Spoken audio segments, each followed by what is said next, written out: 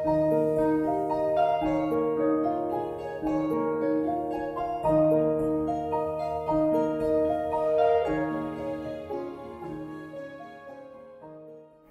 olen selles sarjas kuidagi väga uhkesse seltskonda sattunud Meljoranski ja Mesikapa vahele. Ma ise tunnetan ennast veel üsna noore disainerina, kuigi ma olen osalenud töödes ja projektides, mitte kunagi küll üksi, alati suure meeskonnaga, mis on üsna avalikud ja seda nagu kohe EKA lõpetamisest saati. Et mu projektid on olnud sellised, mis on mind nagu linnaruumi ja sellisesse avalikku nähtavasse disaini hästi teemasse toonud. Ja selle sarja nimi Millal on disain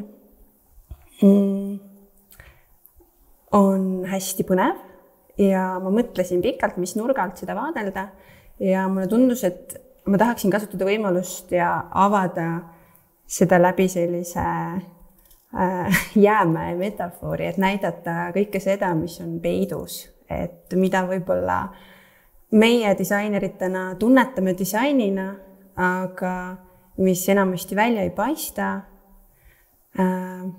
mida tellija väga ei näe, mille eest tellija võib-olla ka ei ole väga huvitatud isegi tasuma, kuna see ei ole selline käega katsutav või silmaga nähtav töö alati. Aga mis on ülioluline, et see jäämägi püsti püsiks ja sulama ei hakkaks.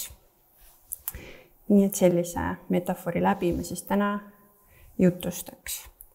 Ja ma kohe endast ei räägiks, mõtleks natuke laiemalt, et mul on alati olnud hästi oluline see disaineri vastutus. Et kui suur mõju meil tegelikult on, et see sisend enamasti tuleb kelleltki teiselt, mida me teeme. Neil on ka omad põhjused, miks me teeme, aga hästi oluline on mitte jääda selliseks nagu visuaalseks referendiks lihtsalt, et peab julgema öelda ei ja peab julgema nagu esile kutsuda muutusi. Miks ma seda märkisin? Näitan, see on meile nii nagu argine märk, millest me kõnnime igapäevaselt mööda, lepime selle olukorraga. Et ta selline on. Teda on meeletult keeruline muuta, sest et see on disain, mis on reguleeritud määrustega ja kellegi poolt kunagi väga rangelt paika pandud. Aga tal võib olla ootamatult suur mõju sellele, kuidas see teetööline või ehitusmees, kes parasjagu seal neid töid teostab, kuidas ta mõtleb selle tegeliku liikumistee läbi, mida ta siis kõrvale juhib, sest et siin juhime ju ometi sellist väga tugevat jõulist keskealist meesterahvast, et mis tal siis viga sealt üles alla astuda või üle tõkete liikuda. See meesterahvas on ka läbivalt teistel märkidel, ka ülekäigurajal ja treppidel. Ainult mingites piirkondades siis on sellised turvalised tsoonid, kus on võimalik liikuda ka sellistel 50ndate stiilis naisterahvastel. Ja selliseid olukordi on nagu disainerina palju, et me peame tunnetama seda ohtu, mida mingisugune lihtne sümbol võib endas kätkeda, sest et piktogrammide maailm ometi ju toetub sellele, et ma valin midagi, mis on hästi kergesti eristuv, et ma leian selle ühe asja, millega nagu konkreetselt selgeks teha, et see on nüüd see inimene. Aga see on nagu väga tundlik maastik. Ja meil on tegelikult väga suur võim ikkagi seda vaatenurka mõjutada. Ja isegi kui tellija seda ei nõua, siis seda kaasatust ja positiivseid muutusi esile kutsuda. Et siin on fragment illustratsioonidest sellest samast mainitud Tallinna arengukavast. Ja kui on ülesandeks midagi illustreerida, siis võib ju valida nendeks teemapunktideks ükskõik mida sellest materjalist, mis sul on esitatud. Et väga lihtne oleks olnud ka siin kujutada sellist keskealist naist, kes kärutab ja võib-olla meie, ma ei tea, igapäevases linnaruumis tuttavama nahavärviga koolilast. Et pildil oli selles arengukavas hästi suur võim rääkida kõigest sellest, mida justkui tekstis nii naljalt kirja ei pane. Ja seeläbi siis seda sisu hoopis kaasavama ja avatumana hoida. See on nüüd 40-ndatest Isotype'i infograafika. See ei ole kuidagi pahatahtlik, lihtsalt tollases kontekstis jällegi selleks, et seda visuaalset selgust edasi anda. Tundus mõistlik minna nii äärmustesse. Ja mõnes mõttes see isegi töötas tolleaegses kontekstis positiivselt, sest et see andis mõista, et selline keskmine valge inimene ei ole lõviosa rahvastikust, et see on mitmekülgsem. Aga disainiga saab teha ka palju kurja ja siin on näiteks selline, ilmselt tolleaegselt lihtsalt nagu pooltahtmatu, läbimõtlematu otsus kanda kaardile ebaturvalised või nagu vähem kinnisvara potentsiaaliga piirkonnad, kus siis elab vaesem kontingent, mis on siis need punasemad ja siis sealt järjest nagu tuua esile kinnisvara arendajatele ahvatlevamad piirkonnad, mis on siis selle rohelisega. Ja see kaart või selline otsus mõjutas, sisuliselt on mõjutanud piirkondi tänapäevani, et gentrifikatsioon on see, mis seal nagu tänasel päeval toimub, aga kogu see vahepealne ala tõi sinna sellised võimsad kiirteed, vähesed pargid, et just kui ta võimendas veel seda kehva elukvaliteeti, mis nendes piirkondades oli. Ja see oli siis Robert Moses, kes neid otsuseid seal linnaplaneerijana koordineeris. Tema tegevustes on näiteks ka sellised meelega madalana rajatud sillad, kust ei pääsenud vaesem kontingent ühistranspordiga läbi, et siis pääseda randa. Nii oli võimalik siis sellise hea piirkonna randu hoida vaid rikkama ja soovitud kontingendi jaoks, et sellised nagu ruumilised disainiotsused, mille mõju võib olla ootamatult suur. Üks Eesti näide, millega me ka nagu oleme üsna leppinud kõik, et meie igapäevases ruumis on heidutusdisain, mis on siis mõeldud selleks, et keegi sinna pikemalt puhkama, veini oma või pikutama ei jääks. Aga mis samas on nagu vale lahendus probleemile, millega tuleks tegeleda teisest otsast. Et inimesed, kes rongiga liiguvad, ei tohiks endale lasta tekitada ebamugavust ei ühelgi põhjusel, mida see teenus võib silmas pidada. Kasutaja mugavusest siit siis edasi rääkides, et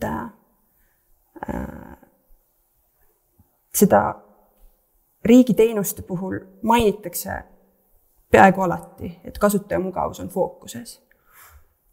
Aga ometi see on nüüd novembrikuine ERR-i artikkel.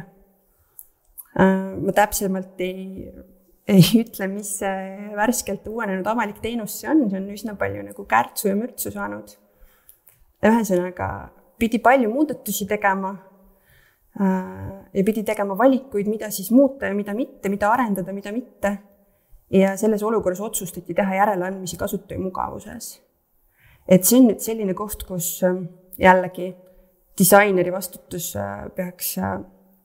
vastutustunne peaks lööma häirekellasid, et tellija võib niimoodi tunda, aga keegi ei tohiks tal lasta sellist asja kuidagi nagu läbi lasta, eriti avalike teenuste puhul.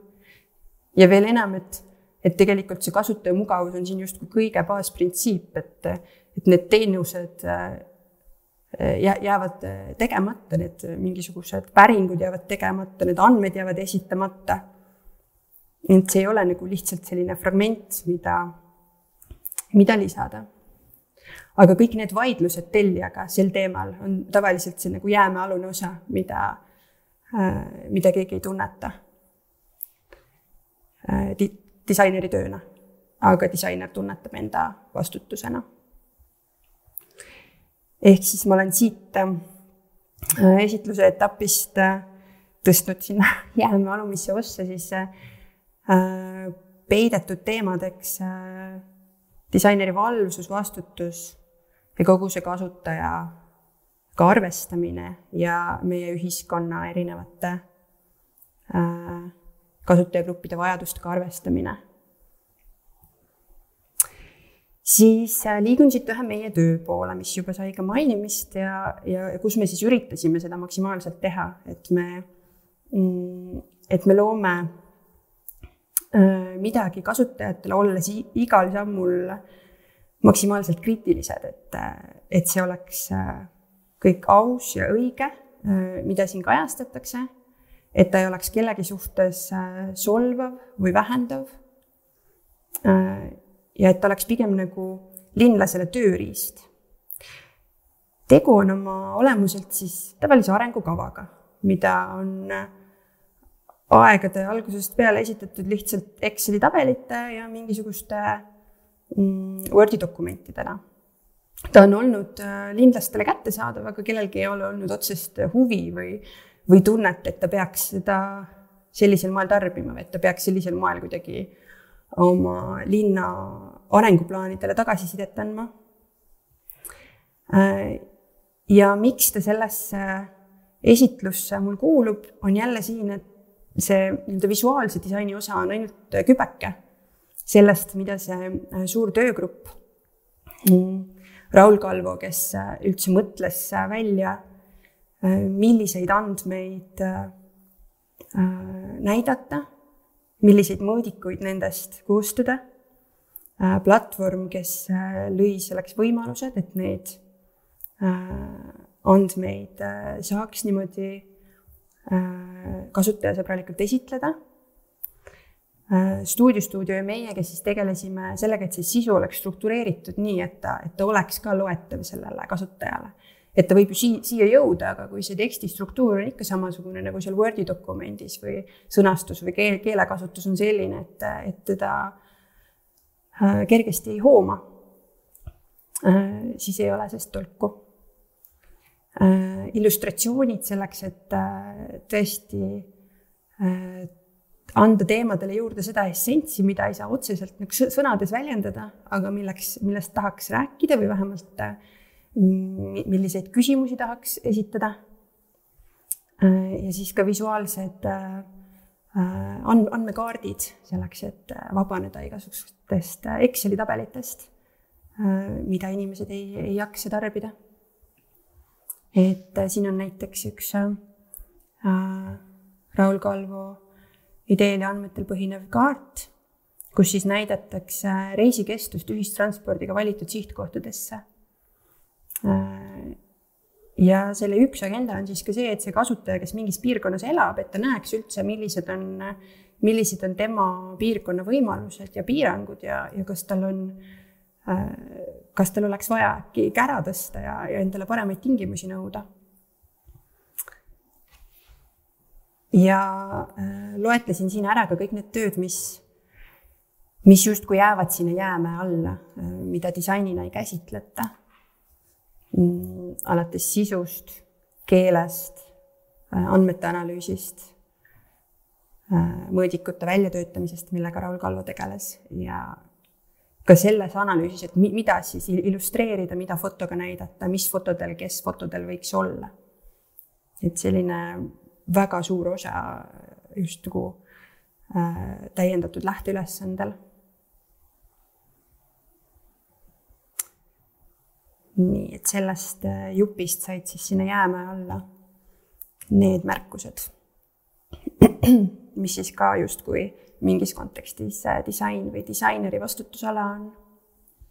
Siis kõigile tuttav disainiprotsessi visualiseering.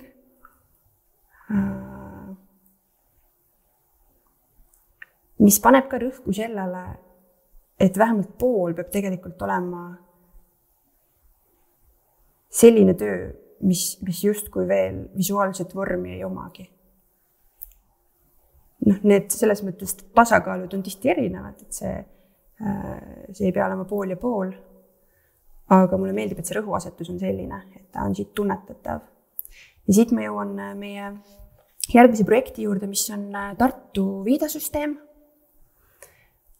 Tellija siis Tartu linnavalitsus ja tegime seda just nimelt 2 osas.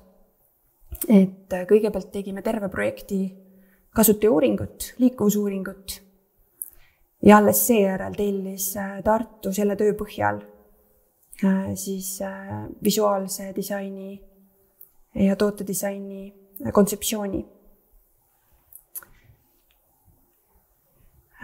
Töö sisuks oli siis luua Tartule jalakäijasõbralik viidaperekond.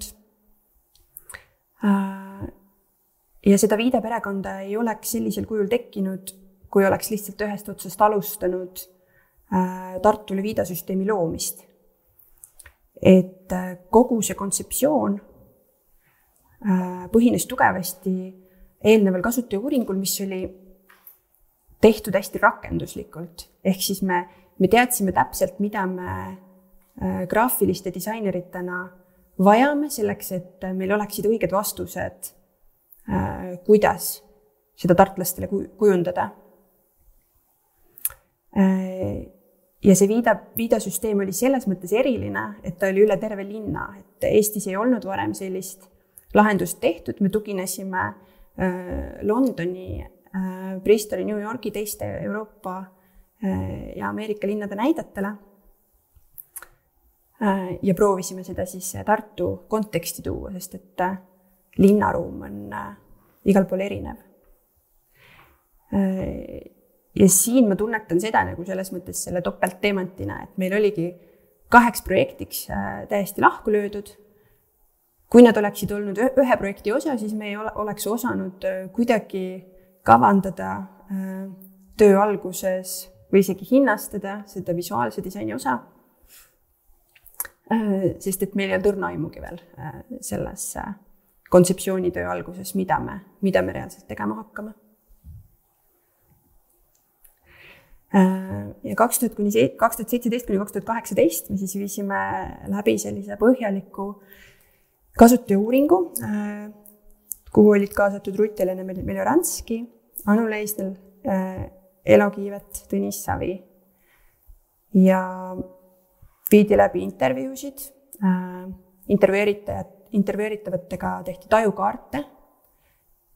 See oli selline uus meetod võib-olla disainis, mida kasutada.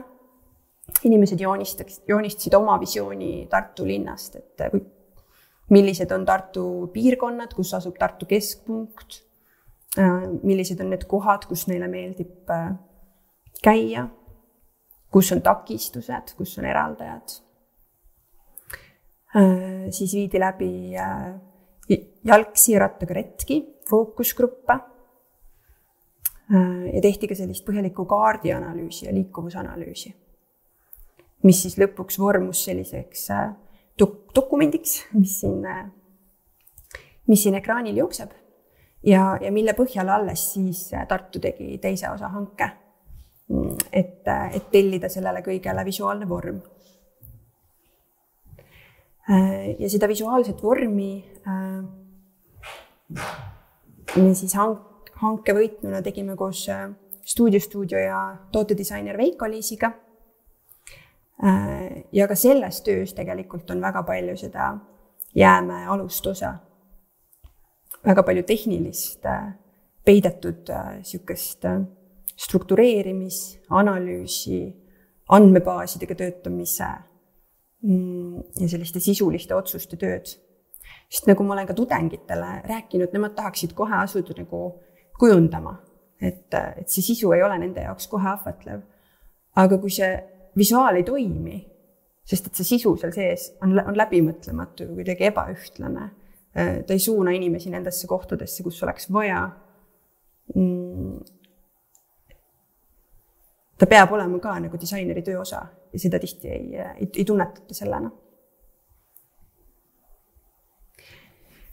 Foto pärineb siis meie viimasest prototüüpide testimisest. Tartu viidasüsteem on jõudnud sellisele etapile hetkel, et Raekoja platsil ja Rüütli tänaval on püsti reaalsed füüsilised prototüübid, mida me siis sellise 15 valimiga kasutajatega testisime.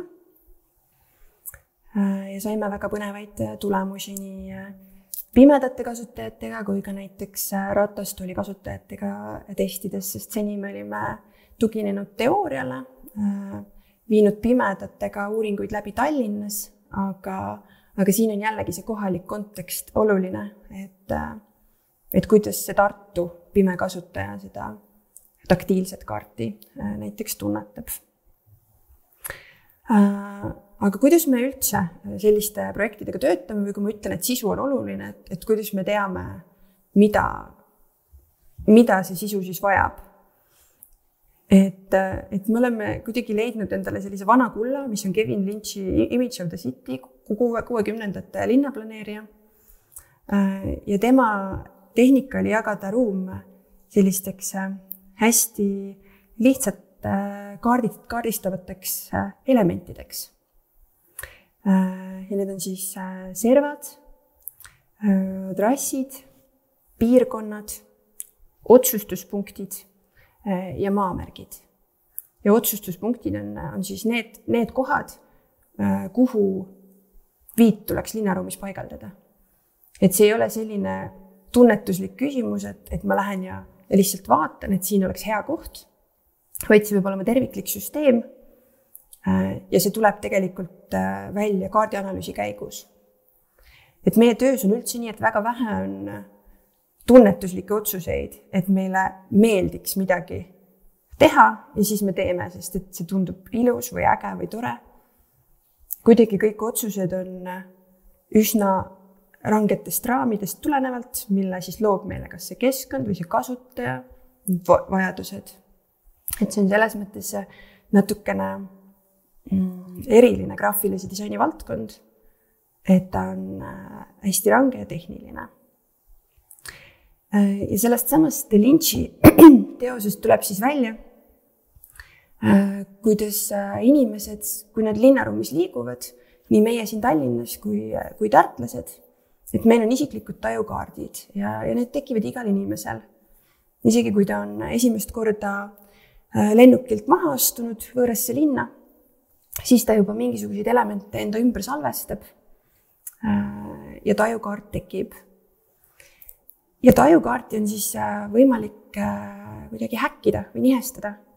Ja siin tulebki viidasüsteem või viidad või sellised infodisaini vahendid tulevad appi. Ja miks seda teha? Sest et vahel on tarvis muutusi esile kutsuda. Tallinnas oleks hirmsasti vaja muutust esile kutsuda selles osas, et inimesed ei eelistaks autot esimese variandina. Aga siin ekraanil on näiteks näide Londoni metrookaardist.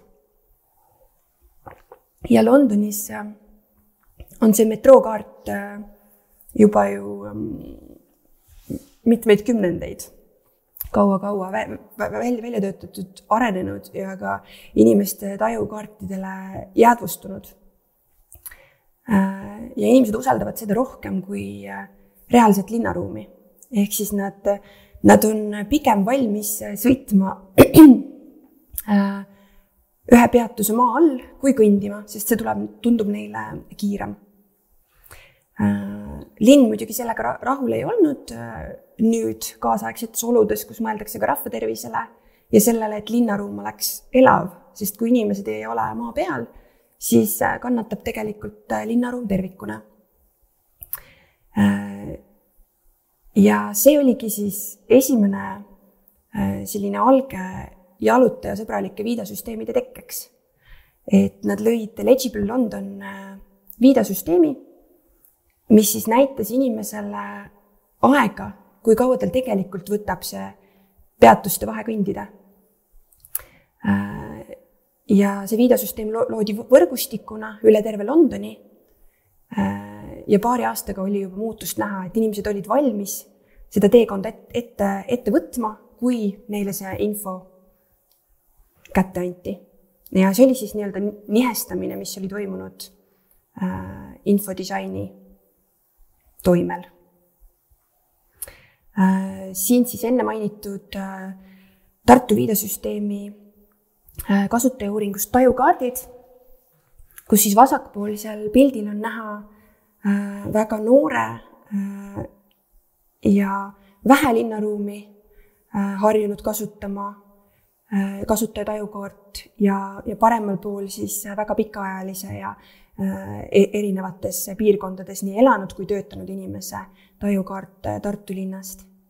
Et vasakpoolsel on siis noor poiss, kes elab ja õpib Annelinnas ja käib kesklinnas taskukeskuses aega veetmas. Ja sinna ta sõidab bussiga, ehk siis vahepeal tal on selline nagu tajutav tühik,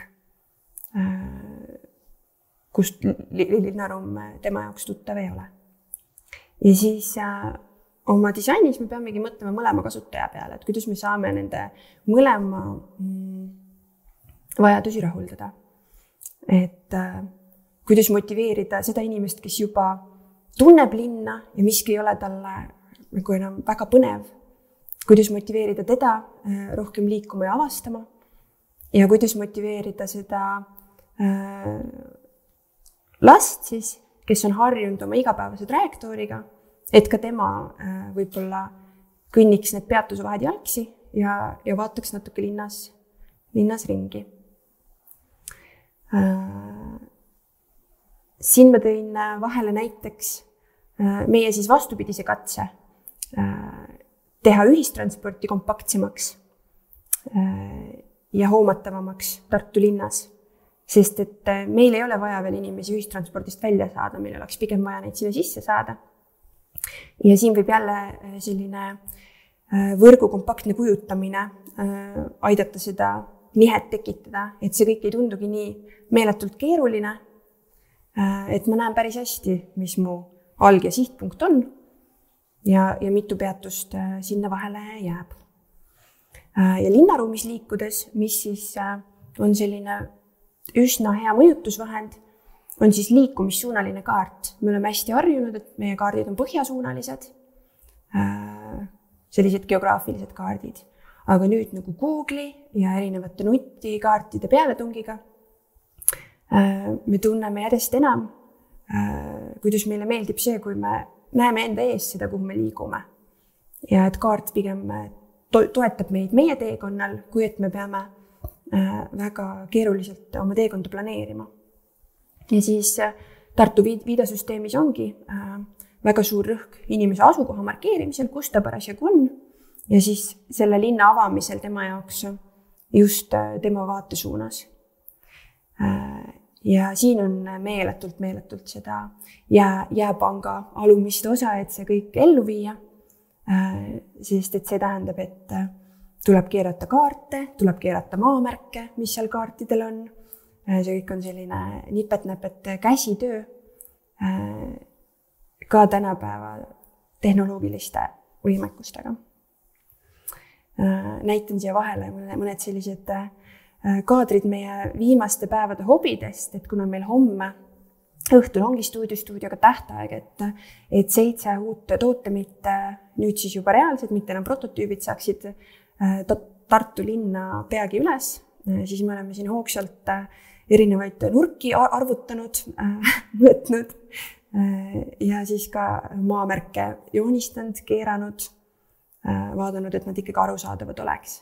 Et siin on nüüd meie testimiseelne maamärkide komplekt ja meie idee sellest, et nad on ka ilma oma tavapärase värvita inimestele arusaadavad, põrus täielikult, et kuigi nad olid kõige suuremad objektid kaardil, siis jäid nad millegipärast täiesti 2 silma vahele ja ei olnud ka ära tuntavad, et nüüd me oleme kõvasti nendega vaeva näinud, et nad läheksid uuendatud kujul kaardile ja toetaksid inimest oma teekonna ja asukoha leidmisel. Näitan siin ka kaadreid stuudiost erinevate prototüüpidega, me oleme neid teinud ilmselt sadu ja sadu. Üks on siin samas ees ka maas. Et sellist tööd, mis nii palju prototüüpimist nõuab, on, ma arvan, meie valdkonnas üldiselt graafilises disainis nii palju ei ole. Keeruliseks teevadki kaardid ja kogu see infomaht, mis seal taga on, et selleks, et sinna jõuaks Jaani kirik ja minutid õigesse sihtkohta, peavad siin olema korralikud valemid ja andmebaasid taga. Ja ükski tellija ei ole võimeline ise sellist asja disainiga siduma või seda sellisel moel välja mõtlema, et ta ka pärast tehniliselt toimiks. Et teooria ja praktika tasakaal on selles töös nagu hästi õige koha peal. Ja siit siis jääme alumisele portsule jääb uuring, kogu see analüüsi pool, kontseptsioon, testimine.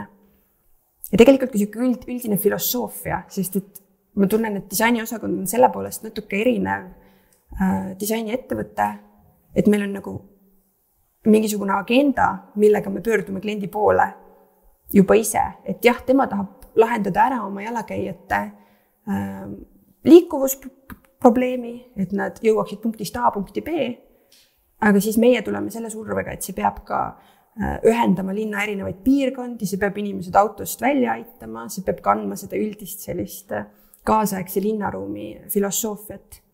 Ja õnneks meil oli väga hea tellija, kes oli ka ise selle meelsusega ja me jõudsime nagu väga hea tulemuseni. Ja siit ma nüüd rändasin ajas tagasi aastasse 2011, nagu Sandra ütles, et siis ma lõpetasin graafilise disaini osakonna EKAs. Ja enne seda olin tulnud otse keskkoolist, nii et ma olin üsna noor, kui meile sattus Kristjan Mändmaa tunni raames ülesanne leida linnaruumist probleeme, mis meid häirivad ja pakkuda neile lahendusi.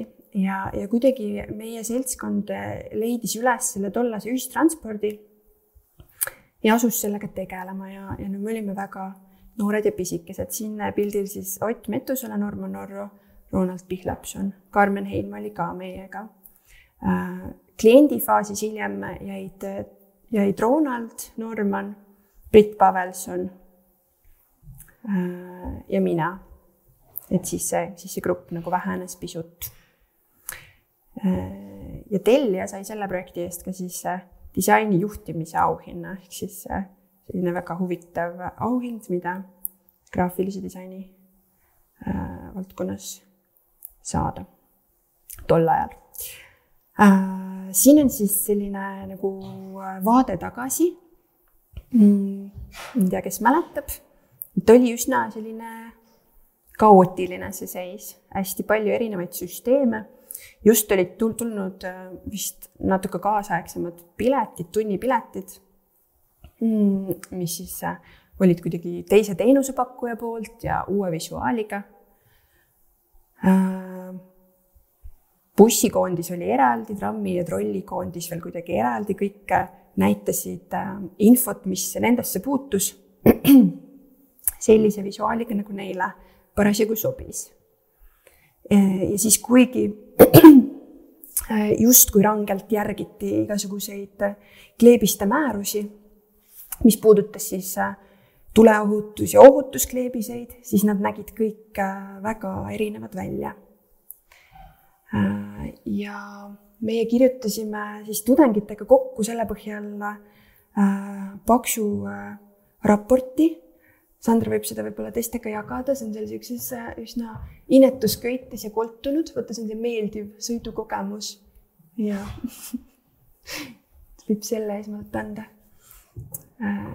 Et vaadelge seda siis tudengitööna, me olime hästi noored ja vihased. Aga tegelikult võib need teised ju ka ringi saata, kõik need mapilised asjad on seotud siis Tallinna transpordiga. Et otseselt ülikoolist ettevõtjaks maandununa me olime üsna segaduses oma identiteediga või kes me siis sellised oleme. Et sellele viitab ka võib-olla ettevõtte naljakas nimetus, disainiosakond. Me tunnetasime, et me oleme mingisugune üksus, mis on sellest transpordiametist, kellega me siis koostööd asusime tegema puudu või üldse linnast puudu. Et me justkui tundsime, et me peame sinna nagu sisse ennast kuidagi suruma, sööma, et me saaksime mingisuguseid muudatusi ellu viia. Ja siin on siis jälle selline topeltteemandi juhtum võib-olla, et esimene etapp oli siis see matsakas tudengitöö analüüs ja sealt edasi siis juba selline nagu disainisüsteem või identiteedijuhis, mis siis pani paika selle edasise suuna, et kuidas süsteemselt siis paremaks muutuda. Sest et tollal oli teenusedisain juba teema, ja võib-olla isegi avalikus sektoris mingil määral, aga kindlasti mitte linnavalitsuses, sest et nende seisukoht oli see, et sõitjad tulevad niikuinii, et nad ei ole kuidagi, et siin ei ole midagi teenuselikku, et see lihtsalt on. Et inimesed sõidavad bussiga, meie teeme neile trahvi, kui on vaja, kui nad piletit ei osta, on ju. Et midagi nagu reguleerima või muutma või nende hinnangul ei pidanud. Ja siis seda on tore meenutada, me olime hästi põhjalikud tudengid. Me rääkisime, mäletan Tiina Tšaatšoaga selline, milline peaks olema ühistranspordi etikett või et kuidas peaks ühistransporti tunnetama. Et ma tean, Tauri Tuvikene on praegu teinud väga põhjaliku uuringu sellest ühistransport kui avalik ruum, aga tollal meil sellist head materjali võtta ei olnud. Siis me uurisime ise, mis see kõik võiks olla, et siis meile tundus, et kui see keelekasutus on sõbralik, siis inimene tunnetab justkui nagu rohkem vastutust selle teenuse eest, et ta tunnetab seda rohkem enda omana ja ta võib-olla ei rüüsta seda nii kergekäeliselt, kui see tol ajal oli kombeks. Et kui see suhtlus ei ole nii range, et kui ta on nagu, et seal ongi kaks osapoolt ja mõlemad saavad aru, kus lähevad nende piirid, sest et tol hetkel oli hästi keeruline selle infodisaini põhjal aru saada, et kes minuga räägib, et siin on nagu kollane, punane, roheline, range, sõbralik, kõik oli segamini. Ja kuigi nad ise tahtsid oma mingisuguseid piire hästi konkreetselt alles jätta, et on vedaja, kes siis on see tänane DLT, tolleaegne bussi koondis ja trolli- ja trammikoondis ja siis on see, kes nii-öelda teenust pakub või reguleerib, ehk siis see transpordiamet, et siis nende jaoks oli hästi oluline, et need on ikkagi kaks eraldi, aga ma arvan, et keegi ei ole tegelikult kunagi aru saanud, kus need piirid tegelikult jooksevad. Ja selle uue disainilahendusega me viisime need nagu rohkem kokku. Üks naljakas teema, mis on väga-väga tugevalt seal jääme alumises osas, on siis see, et meil oli üsna pikk võitlus selle nimel, et kaotada ära mitmed erinevad teenusnumbrid. Et neil oli eraldi trollikoondise, trammikoondise, bussikoondise, piletiinfo ja siis ka nagu transpordiameti infoliini number. Ja siis me saime muuta selleks ühtseks lühinumbriks, mis siis oli mingisugune 1-3-4-5. Aga kes neid tudengid usub selles mõttes, et see on hea mõte. Pidi ikka väga tugevalt survestama.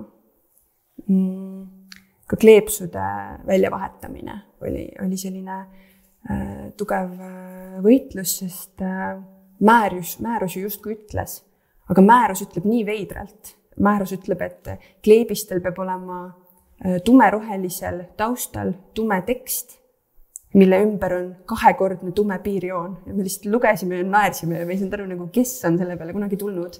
Ja siis me tõime neile välja Euroopa standardi, mis andis hoopis teistsugused alused.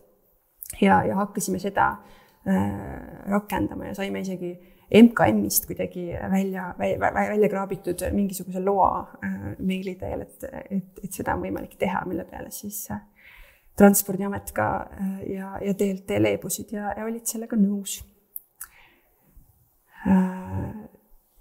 Siin muidugi tellija tegelikult oli väga äge ja tubli ja lõppkokkuvõttes ikkagi võttis selle kõik vastu.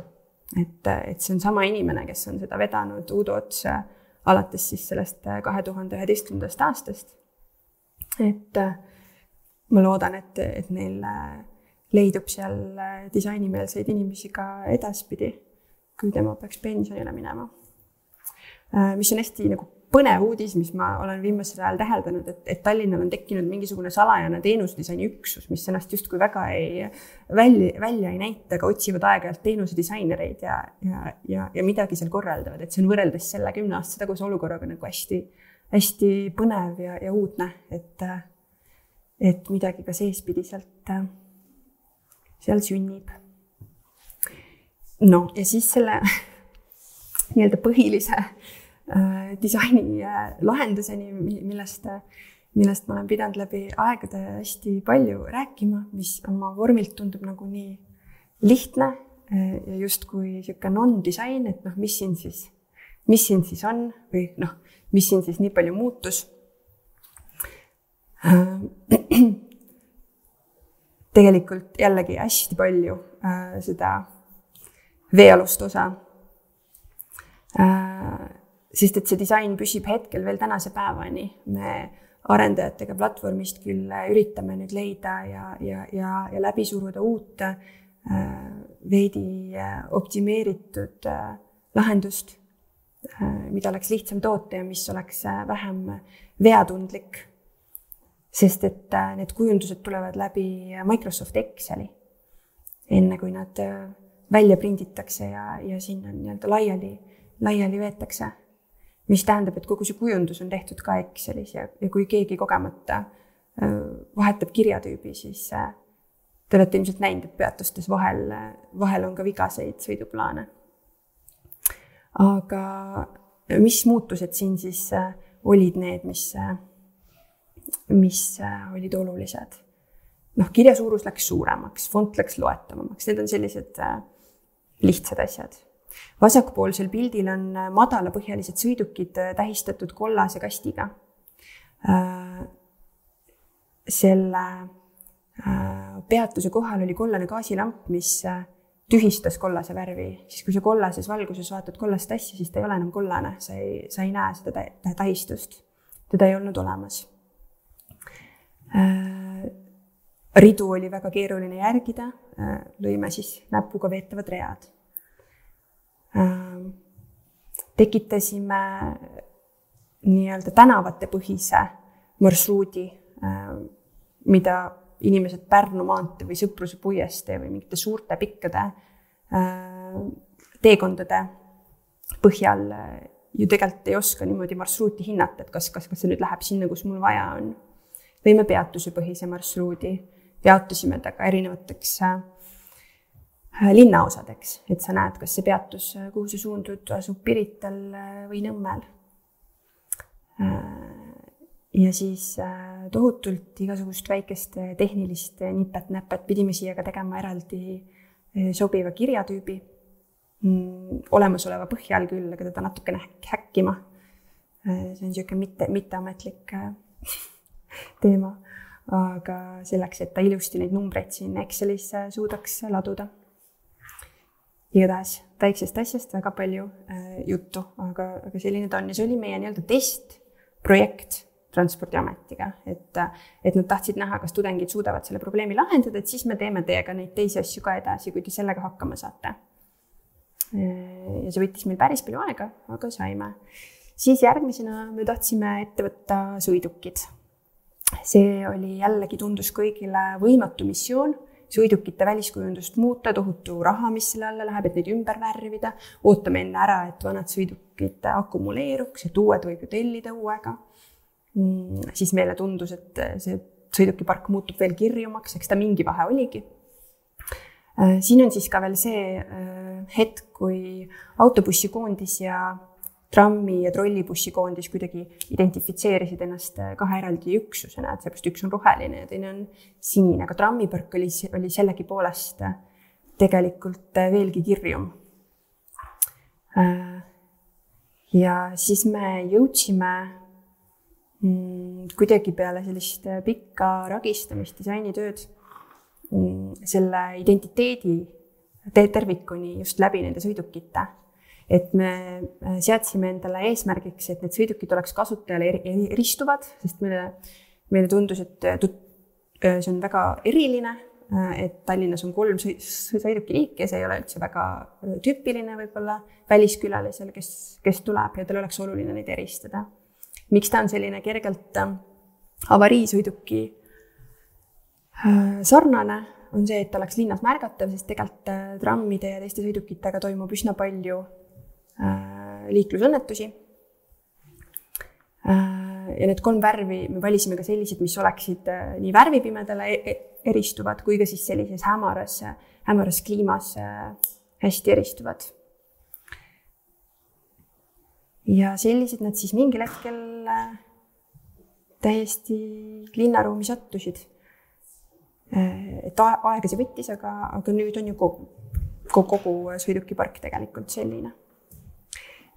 Siis meil on hästi keeruline liinivõrk ja selleks, et seda võõrale kasutajale kergemini hoomatavaks teha, proovimisime me ka siin sellist Londoni lähenemist, et meil oleks üks skemaatiline lihtsustatud kaart, mille põhjal oma liikumisotsuseid teha. Ja see, kuna see on nagu nii meeletu arendustöö, on disainiosakonna enda hallata. Me haldame seda küll koostöös Transpordiametiga, aga selle litsents kuulub meile ja me teeme seda arendustööd iseseisvalt ja siis vastavalt müüme erinevatele asutustele, kes siis soovivad seda oma trükistel või kodulehtedel või kus kasutada selle kaardi litsentse. Ja see on siis algusest peale nii olnud. Ja siin on siis vasakul näha selle kaardi loomise algfaas, kus me proovisime neid mingisuguseid liiniühendusi kokku viia, seda transpordivõrku hoomata ja tajuda. Ja siis paremal on näha ka trammiskeeme, mis on siis sellest selline lihtsustatud edasiarendus, mis on ka kõikides trammides, milline see võrk on ja kuidas saab ka ümberistumisi teha. Ja siis see sama skeem on ka trammidest leitav. Ja meie tehtud on ka need digitaalsed marsruudi skeemid, mis trammides on, mis kahjuks aeg-ajalt osaliselt ei tööta. Aga kui nad töötavad, siis on üsna toredad ja funktsionaalsed. Nii et siin jällegi selline veealune osa, ka natuke poliitikat, sest et kõike seda ei oleks justkui juhtunud, kui me ei oleks ennast sealt MKM-i määruste ja kogu ka linna sellisest süsteemist läbi surunud. Ja selline nügimine, üldine nügimine, see on disaineri kohustus, ma ei tea, kas nii saab öelda, aga kui sa tegeled linnaruumiga, siis justkui on, et ei saa minna kergema vastupanu teed ja järgida etteantud mustrit. Ja see on minu poolt kõik.